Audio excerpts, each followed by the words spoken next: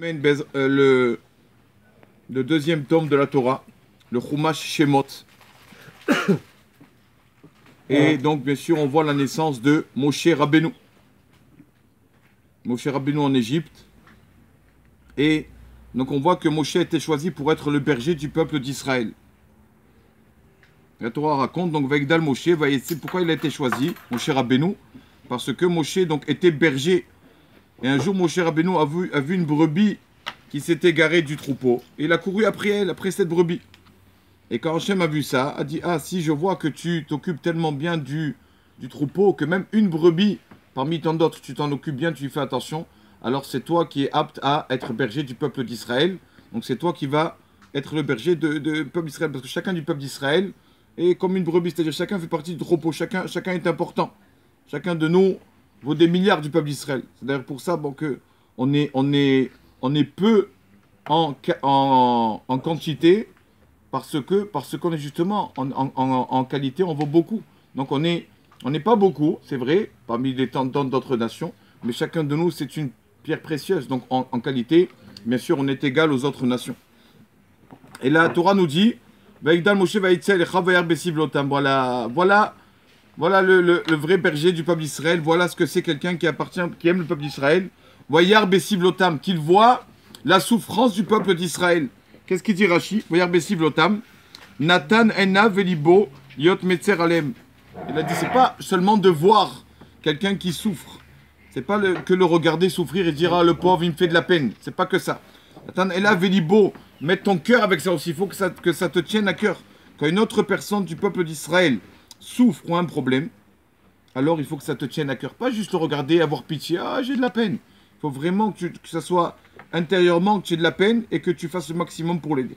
Il y a un livre qui raconte la vie du Rav Vadron.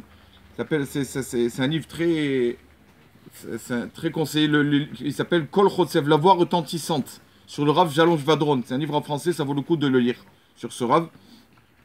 Et il raconte là-bas que Rabbi Jalon Vadron, il dit que des fois, une personne, il avait ses élèves autour de lui en fait, et il soupirait. Ils lui ont dit, Rabbi, pourquoi vous soupirez, Rabbi? Qu'est-ce qui se passe? Il leur dit, j'ai beaucoup de peine. Pourquoi vous avez de la peine? On est ici en terre d'Israël. Bon, il leur dit, justement, c'est pour ça. On est en terre d'Israël, en terre sainte. Et je vois nos frères juifs qui ne méritent pas encore d'être Shomer Shabbat. Je vois des voitures, je vois des ça, tout ça. Ça me fait de la peine. Comment, Baruch Hashem, on a l'état d'Israël et tout ça. On a tout pour faire le Shabbat, pour se reposer le samedi, le Shabbat. Et malheureusement, il y en a qui n'ont pas encore compris l'importance du Shabbat, le plaisir du Shabbat. Et je les vois. Alors il y a un élève qui a dit, bon Rabbi, ça va, c'est pas grave. Peut-être un jour, ils feront teshuva, ça va Rabbi. Alors Ashvadron, il lui a dit, tu me rappelles quelque chose. Tu me rappelles quelque chose que j'ai vécu. Il lui a dit, Rav Shalom, il lui a dit, je me rappelle une fois, j'étais en train d'étudier dans mon salon. Et il y avait des enfants qui jouaient dans mon quartier, des petits enfants. À quoi ils jouaient les enfants? Il a dit, il y a deux enfants qui jouaient au cheval et au cavalier. Il y a un qui se mettait comme un cheval, un qui était un peu sur lui et courait comme ça. Il y a deux enfants qui sont arrivés dans ma cour. Et sur ma cour, il y avait le marbre, je sais pas comment on dit, le sol était fait de pierres rouges. Il y avait des pierres rouges. Et donc ma femme qui vient d'un coup et qui me crie, me dit, oh, viens voir, il y a les deux enfants qui jouent dans le quartier, sont tombés, il y a une grosse flaque rouge de sang sur le sol rouge. Donc qu'est-ce qu'on fait? Ma femme, elle prend vite une serviette mouillée pour arrêter le sang de l'enfant qui est tombé, et on le prend à l'hôpital. Elle prend l'hôpital, et on connaît l'enfant, c'est pas notre enfant, mais on le connaît, c'est l'enfant du quartier. Et il dit, quand je prends l'enfant sur mes épaules, comme ça, je vais drôle avec ma femme, on va vite à l'hôpital, on rencontre une femme, ni plus ni moins la grand-mère de cet enfant. Elle voit, elle dit, qu'est-ce qui se passe? Non, c'est cet enfant, il est tombé, on va à l'hôpital. Elle dit, bon, si Dieu veut, ça va aller, ça va. Et quand elle continue à marcher et qu'elle voit la tête de cet enfant, que c'est son petit-fils, alors elle se met à hurler, ah, c'est mon petit-fils, c'est Meir, c'est mon petit-fils. Elle se met à crier, oh là là, Meir. Elle commence à hurler parce que c'est son petit-fils. Et donc, quand elle hurle, arrivent des autres femmes. Qu'est-ce qui se passe? Alors elle lui dit, c'est mon petit-fils. On dit, bon, ça va, si Dieu veut, ça va aller, ne t'inquiète pas, ça va aller. Alors Ashvadron, il dit, quand je suis arrivé à l'hôpital, j'ai dit à ma femme, tu as vu?